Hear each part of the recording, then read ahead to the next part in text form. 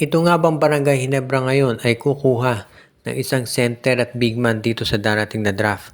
At base dito sa plano nila, ang kukunin daw nila, una-una yung point guard daw ay itong si Jason Brickman.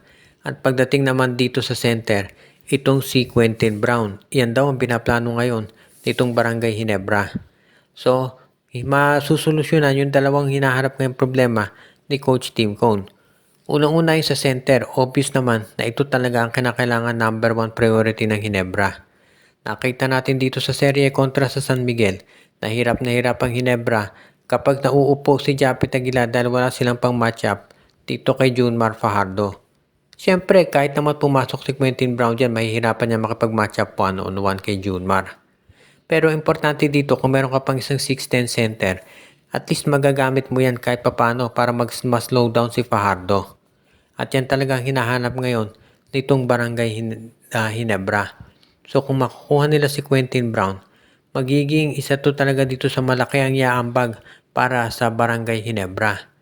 Ngayon naman, yung pagkuha nila kay Jason Brickman, alam nating veterano na si Brickman at 33 years old na. Pero mukhang gusto raw masiguro nitong Barangay Hinebra yung point guard na makukuha nila ay veterano na at merong experience. Dahil yan talaga ang hinahanap ngayon nitong Barangay Hinebra. Kung sakasakali talaga na makita nila na ito si Jason Brickman ay available, pwede silang gumawa talaga ng paraan para masabi natin na isa na sila sa mga top teams ngayon dito sa PBA. At alam din natin na yung pagkuha dito kay Brickman ay hindi magiging madali, lalo na siyempre dito kay Quentin Brown.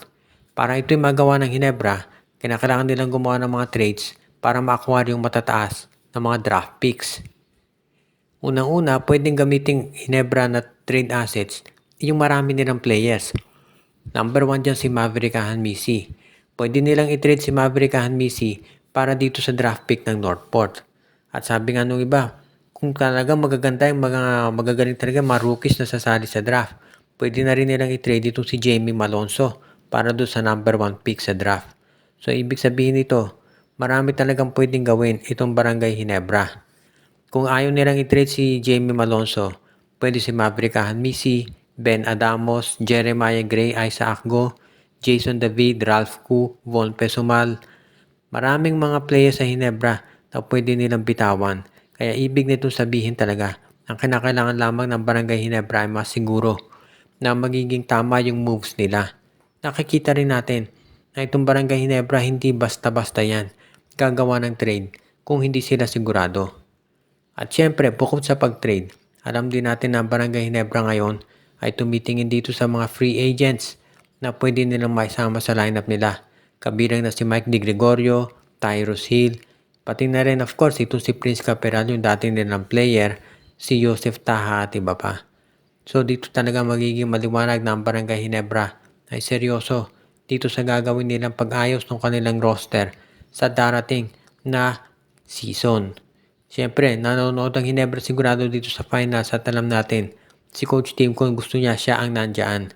Kaya asahan natin magkakaroon ng rebuilding itong Barangay Hinebra para naman masiguro na dito sa susunod na mga conference, magiging ready na pumasok sa finals itong Barangay Hinebra.